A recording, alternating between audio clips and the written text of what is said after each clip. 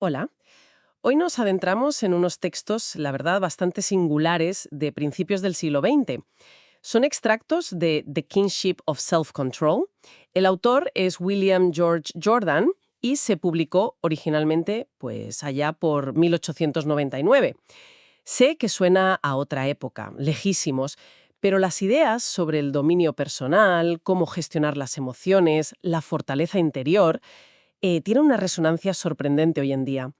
Nuestra misión aquí, si queremos llamarla así, es intentar destilar esa sabiduría de Jordan sobre cómo podríamos ser, bueno, como él decía, reyes de nosotros mismos, en lugar de sentirnos un poco esclavos de las circunstancias o a veces de nuestras propias flaquezas, no. Vamos a ver cómo enfoca él el autocontrol, la comunicación, el deber, la preocupación. Son temas clave. Así que, si te parece, empezamos a desgranar esto. Exacto. Y es muy interesante, fíjate, ver cómo Jordan, hace más de un siglo, ya estaba poniendo el dedo en llagas muy actuales. Por ejemplo, esa sobrecarga de negatividad que a veces sentimos, o la tendencia a juzgar súper rápido, sin información. Y la trampa de la preocupación constante, claro. Buscaremos esas pepitas de oro, como decías, en su pensamiento que todavía puedan iluminarnos hoy. Porque la idea central es potente. No somos meros espectadores de nuestra vida. Somos co-creadores. Tenemos un poder interno que, la verdad, a menudo infravaloramos. Jordan arranca con una afirmación, bastante potente. Dice que tenemos dos creadores, Dios y nosotros mismos, y sugiere que lo crucial, lo importante de verdad, es qué hacemos con esa materia prima que se nos da. Habla del autocontrol como el gran rasgo que nos diferencia de los animales y como la llave para ser rey, no esclavo. Pone el ejemplo de Alejandro Magno, conquistador del mundo, pero, según Jordan, esclavo de sus pasiones. Una paradoja que vemos mucho, ¿no? Incluso hoy. Es una idea fundamental en su obra, sí. No somos un producto acabado, un ente fijo.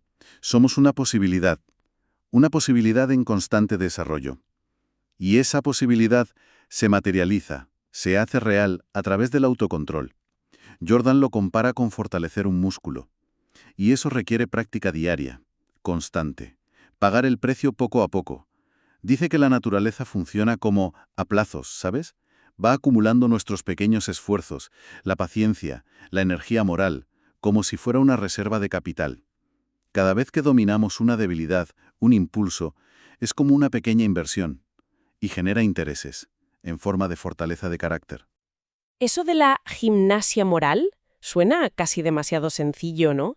¿De verdad es suficiente hacer esas pequeñas cosas que nos cuestan cada día? Como, no sé, dejar un libro en la parte más emocionante o levantarse justo cuando suena el despertador.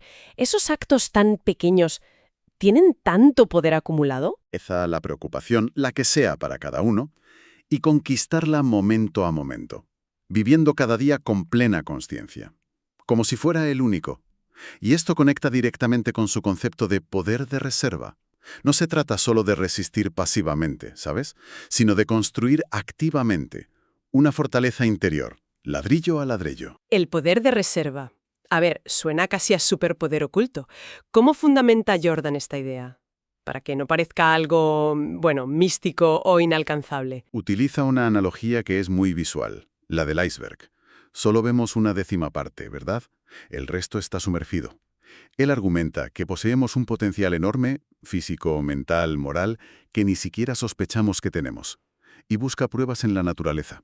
Por ejemplo, animales que cambian de color para camuflarse, o la redundancia en nuestro cuerpo, con órganos duplicados como los riñones o los pulmones, o cómo los sentidos se agudizan cuando otro falla. Piensa en el tacto excepcional de las personas ciegas. Incluso menciona un caso muy curioso de conejos en Australia. Se ve que se enfrentaron a unas vallas diseñadas para detenerlos y acabaron desarrollando uñas más fuertes y la habilidad para treparlas. Ostras, lo de los conejos trepadores tiene tela, ¿eh? Entonces, la idea es que este poder de reserva no está ahí quieto, pasivo. Se activa ante la necesidad, ante un desafío. Pero requiere nuestro esfuerzo. O sea, no es magia. Correcto. No debemos conformarnos con la autoimagen limitada que solemos tener. Siempre hay más potencial latente ahí debajo. La clave, según Jordan, es esforzarse siempre al máximo en cada tarea y atreverse a ir un poquito más allá de lo que creemos posible. Esa fuerza de reserva se nos revela gradualmente, como el maná diario que recibían los israelitas, ¿recuerdas? O como subir la escalera de caracol de la Torre de Pisa. Un peldaño cada vez. Cada desafío que superamos nos muestra un trocito más de esa capacidad oculta. Cambiando un poco de tema, hacia cómo nos relacionamos con los demás. Jordan no se anda con rodeos sobre el poder de las palabras. Llega a decir que la lengua es, ojo, el segundo instrumento más mortífero después de la dinamita. Es una afirmación bastante provocadora, porque la dinamita mata cuerpos, claro, pero él dice que la lengua mata reputaciones, mata caracteres. Es una metáfora potente, desde luego. Describe lo que él llama los crímenes de la lengua. Ahí mete la maledicencia, la ira expresada con palabras, la envidia que susurra, la crítica destructiva, el chismorreo, la mentira, propagar escándalos, y señala algo interesante, que el daño agregado, la suma de todas esas armas de la respetabilidad, lo dice con ironía, claro, puede superar al de crímenes más evidentes como el robo. Compara estos ataques verbales con parásitos, microscópicos. Individualmente parecen poca cosa, pero su acción conjunta puede acabar derribando un roble fuerte. Qué imagen más gráfica, sí. Menciona que ya existía una liga antiescándalo en Londres a finales del 19. Parece que esto de la desinformación y el daño a la reputación no es algo solo de nuestra era digital, ¿eh? Critica duramente a la prensa sensacionalista de su tiempo, por magnificar e incluso inventar lo peor de la naturaleza humana, creando una visión totalmente distorsionada de la realidad. Y esa comparación de los chismosos con moscas carroñeras que ignoran un jardín lleno de flores para ir directas a la mínima podredumbre es demoledora. Y conecta esto directamente con la envidia. Usa el ejemplo clásico de Yago en Otelo. Cómo destruye vidas tejiendo una red de insinuaciones, de mentiras. Todo motivado por el resentimiento hacia la nobleza y el éxito de Otelo. Y advierte sobre esa falacia de creer que, donde hay humo, hay fuego. Señala que a veces el humo es solo una cortina malintencionada, y el fuego es la propia malicia incendiaria de la envidia, que busca cualquier excusa para prender, ¿sabes? Para justificar su rencor. Es un pretexto muy conveniente para condenar sin pruebas. Esta visión tan severa sobre el mal uso de la palabra, pues encaja lógicamente con sus ideas sobre cómo juzgamos a los demás. Habla de una caridad suprema. Y no es la que solemos pensar, la de dar dinero. Dice que dar limosna es solo el jardín de infancia de la caridad. Efectivamente. Para Jordan, la caridad más elevada, la que es verdaderamente difícil y valiosa, es la justicia en nuestros juicios sobre los demás. La ternura hacia la debilidad humana. Y por encima de todo, obedecer ese mandato de no juzguéis. Propone como símbolo unas balanzas que nunca se detienen, siempre en movimiento. Incapaces de dar un veredicto final porque siempre puede haber nueva información, nuevos matices, un contexto que desconocemos. Critica ese análisis superficial del carácter que se centra morbosamente en los fallos, como un corrector de pruebas que solo busca erratas e ignora la belleza del poema. Me parece muy acertada esa analogía del corrector, la verdad. Deja claro el punto. Jordan dice que para juzgar perfectamente necesitaríamos ser omniscientes, conocer los motivos ocultos, las luchas internas, la historia completa, el contexto, y como eso es imposible, pues la única postura honesta es la humildad. Es una advertencia potente contra los juicios rápidos, tan frecuentes hoy con la inmediatez de las redes, ¿no? A menudo basados en titulares, en rumores, en percepciones muy, muy limitadas. Ese juicio suspendido del que habla parece casi contracultural ahora mismo. Subraya precisamente eso. No conocemos las batallas internas que libran los demás. Las tragedias que pueden esconderse detrás de una sonrisa forzada. Las tentaciones que han resistido heroicamente y que ni imaginamos. Nuestras palabras descuidadas, lanzadas al vuelo sin pensar, pueden causar un daño inmenso y seguir causando estragos mucho después, como esa botella con un mensaje lanzada al mar que él menciona, que puede llegar a costas inesperadas y provocar un naufragio. Por eso aboga por la disciplina activa de decir, no lo sé, necesito más información, eso que llama juicio suspendido. Cultivar la caridad en el pensamiento, no solo en la acción material. Para él es esencial. Cambiando un poco el enfoque hacia la actitud vital, Jordan adopta una postura sorprendente frente al concepto de deber. Lo describe como algo frío, mecánico, casi como la burocracia aplicada a la moral. La cinta roja de la vida, dice. Y lo contrasta radicalmente con el amor. Sí, su argumento es que el deber, tal como se entiende comúnmente, es algo forzado, una obligación que viene de fuera, mientras que el amor es un impulso espontáneo, surge del interior. El deber, dice, paga deudas morales, pero a menudo a regañadientes. El amor, en cambio, cobra esas deudas, pero en forma de alegría, de satisfacción personal. Utiliza ejemplos un tanto polémicos, es verdad, como el del niño que se queda en la cubierta en llamas esperando órdenes, o el capitán que se hunde con su barco por protocolo. Sugiere que podrían ser sacrificios inútiles, una adhesión ciega a la forma del deber, olvidando la esencia, que es la vida, el bienestar humano. Pero por otro lado, admira profundamente a Grace Darling, la joven que remó heroicamente en plena tormenta para rescatar a unos náufragos. ¿No era eso también cumplir un deber? ¿Quizás uno autoimpuesto? ¿Cómo encaja esa admiración con su crítica al deber? Jordan lo diferencia porque, en su opinión, lo de Grace Darling fue deber más amor. No fue solo seguir un protocolo o una expectativa social, fue un acto impulsado por una compasión profunda, por un amor activo hacia la humanidad en peligro. Él cree que es el amor lo que transforma los deberes, que a menudo son áridos, pesados. Los transforma en privilegios gozosos. Critica esa mentalidad de cumplir solo lo justo, como el obrero que suelta las herramientas al segundo exacto de sonar la sirena, o el padre que considera que ya ha cumplido su deber solo con proveer techo y comida. El amor para Jordan es el alma que debe animar al deber. Sin él, el deber es un cuerpo sin vida. Y después de cuestionar el deber frío, arremete con una fuerza notable contra la preocupación.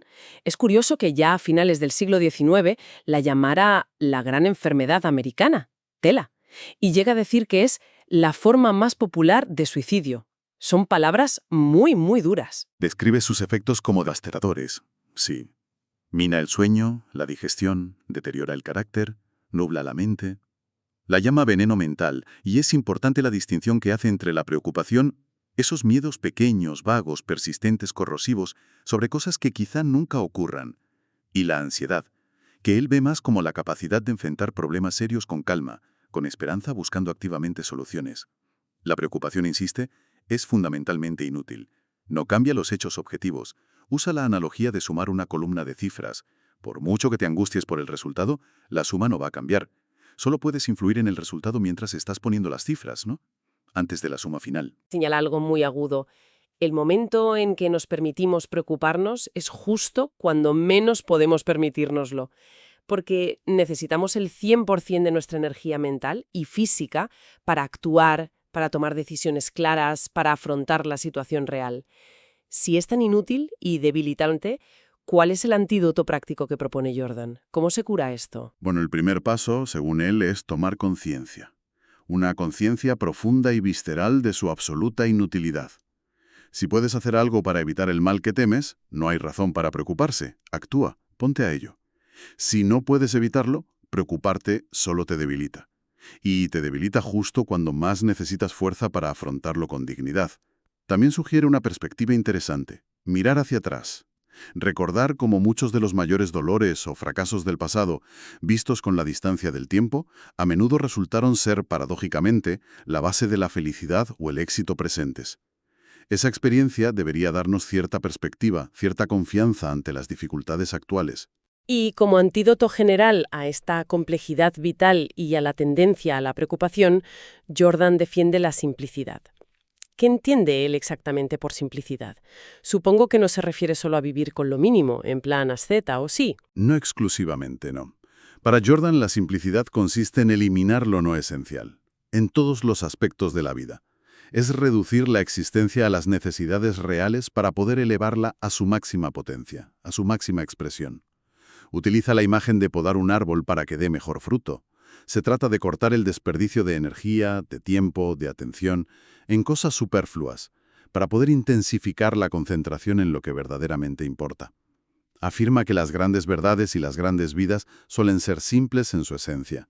La simplicidad en el carácter, dice, se basa en la verdad interior, en la coherencia con los propios ideales, no en vivir pendiente de la opinión pública o de las modas. Es un saludable desdén por lo superficial, por lo accesorio. Menciona ejemplos bastante claros, sí. Las leyes básicas de la salud son simples. Buena alimentación, ejercicio, descanso. Habla de personas, Los grandes líderes o científicos a menudo son humildes, directos en su trato, mientras que la pomposidad suele ser una máscara de la mediocridad. Y en la literatura destaca cómo las palabras más sencillas pueden tener un poder inmenso cuando están cargadas de significado, de emoción genuina. Es interesante cómo a menudo la maestría parece simple desde fuera, ¿verdad? Argumenta que la verdadera simplicidad no es fruto de la ignorancia. Todo lo contrario. Es el resultado del conocimiento profundo, de haber superado muchas búsquedas vanas que aún atrapan a otros. No es debilidad, sino el producto final de destilar toneladas de mineral para obtener unas pocas pepitas de oro puro. Y es algo que se cultiva activamente, tomando decisiones conscientes para simplificar nuestra vida, renunciando a hábitos, a posesiones, a relaciones, a compromisos que nos frenan, nos complican o nos dispersan sin necesidad. ¿Y qué hacemos con los errores del pasado? Con el peso de los remordimientos que a veces cargamos. Jordan parece muy práctico en esto. Dice que lamentarse solo es útil si nos hace más sabias hoy. Me atrae esa idea de que cada día es en cierto modo una nueva oportunidad para vivir la vida de nuevo, como empezar de cero, pero con la lección aprendida. Utiliza una analogía muy hermosa, la de unos marineros sedientos. Están a la deriva en el océano, desesperados. Bajan un cubo y descubren, asombrados, que están flotando en la desembocadura de un gran río, rodeados de agua dulce. A menudo deseamos una vida nueva, empezar de cero en otro lugar, sin darnos cuenta de que la oportunidad de renovación está aquí, ahora, cada mañana al despertar. El arrepentimiento genuino, dice, debe traducirse en acción concreta. Si malgastaste tiempo en el pasado, sé económica y diligente con tu tiempo ahora. Si hiciste daño a alguien y no puedes repararlo directamente, haz el bien al mundo como una forma de compensación. La clave es aprender y no repetir los mismos errores. Cita a Josh Billings, un humorista de la época, que decía algo así como que un hombre mordido 2 veces por el mismo perro está mejor adaptado a ese negocio que a cualquier otro. O sea, si tropiezas 2 veces, claro, aprende la lección. También advierte contra el peligro de vivir anclado en el pasado, ¿verdad? Ya sea recreándose en glorias antiguas o apoyándose solo en el prestigio de los antepasados. El énfasis está en el presente, en lo que somos ahora. Exacto. No necesitamos necesariamente una vida completamente nueva y diferente, sino vivir la vida que tenemos ahora con la sabiduría que hemos ido acumulando, por dolorosa que haya sido la lección a veces. Propone cerrar los libros contables del pasado. Hacer balance, sí, claro, pero para empezar de nuevo cada día con el capital de la experiencia adquirida. Vivir el día a día enfocado en el presente, pero con la vista puesta en un futuro construido sobre esa base sólida, no sobre fantasmas o glorias marchitas del pasado. Poco duro al decir que no debemos sindicalizar nuestras penas. ¿Qué quiere decir exactamente con esa expresión tan curiosa? Sí, es una expresión fuerte, un tanto chocante. Su argumento es que, aunque nuestro dolor personal sea inmenso y legítimo, no tenemos derecho a repartirlo indiscriminadamente, a ensombrecer la vida de los demás con nuestra propia miseria. Critica a esas conversaciones que giran monotemáticamente sobre los propios males, o la exhibición exagerada y prolongada del duelo. Menciona la ropa de luto riguroso o el papel de carta con un grueso borde negro, que parecen buscar más la compasión o la atención a través de la pena que expresar un dolor genuino y procesarlo. Entiendo. Entonces sugiere que, por difícil que resulte, el ideal es esforzarse por irradiar coraje, fortaleza, incluso en medio del dolor. Mantener nuestras luchas más íntimas en privado hasta que las hayamos dominado, o al menos aprendido a sobrellevarlas con dignidad. Exacto. E incluso si sufrimos una crisis profunda, como perder la fe, o sentirnos traicionados por la vida o por personas cercanas, nos insta a no intentar destruir la esperanza o la fe de los demás, a no contagiar nuestro pesimismo. Sugiere guardar la confianza más profunda para unos pocos íntimos, si tenemos la suerte de tenerlos, y enfrentar el dolor con cierto heroísmo silencioso, con discreción. Es un llamado a la fortaleza interior, sí, pero también a una especie de responsabilidad emocional hacia la comunidad, a la de no esparcir nuestra propia oscuridad innecesariamente. William George Jordan, parece que la clave para alcanzar esa realeza del autocontrol, esa maestría sobre una misma, reside fundamentalmente en cultivar activamente nuestra fortaleza interior. ¿Sería esa la idea principal? Así es, a través de la disciplina diaria y constante, esa gimnasia moral de la que hablábamos, aprovechando conscientemente nuestro poder de reserva latente, que se activa con el esfuerzo sostenido, siendo extremadamente caritativos y cuidadosos con nuestras palabras y sobre todo con nuestros juicios sobre los demás. El juicio suspendido. Eligiendo el amor y la compasión como motor principal, por encima del mero cumplimiento frío del deber. Rechazando activamente la preocupación por ser inútil y paralizante. Y abrazando la simplicidad. Eliminar lo superfluo para concentrarnos en lo esencial. Y un punto importante también, usar el pasado como una fuente de lecciones para vivir plenamente el presente, aprendiendo de los errores sin quedar atrapadas en ellos, y asumiendo la responsabilidad de nuestro propio sufrimiento sin cargar innecesariamente a los demás con él.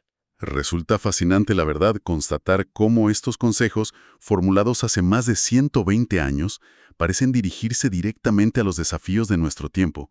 La constante distracción, la facilidad del juicio rápido en las redes sociales, la presión por aparentar, por reaccionar instantáneamente a todo. Exacto. Y eso nos deja con una reflexión final, quizá. Quizás una pregunta interesante para quien nos escucha sea esta. En este mundo que constantemente nos empuja hacia afuera, a opinar sobre todo, a compararnos sin cesar, a reaccionar impulsivamente, ¿cuál podría ser el primer paso concreto, quizás hoy mismo, para empezar a cultivar conscientemente esa fortaleza interior y esa simplicidad de la que hablaba Jordan? Tal vez la respuesta no esté en un gran gesto, sino en uno de esos pequeños actos de autodisciplina que él sugería. Algo aparentemente insignificante, pero que marque el inicio de ese camino.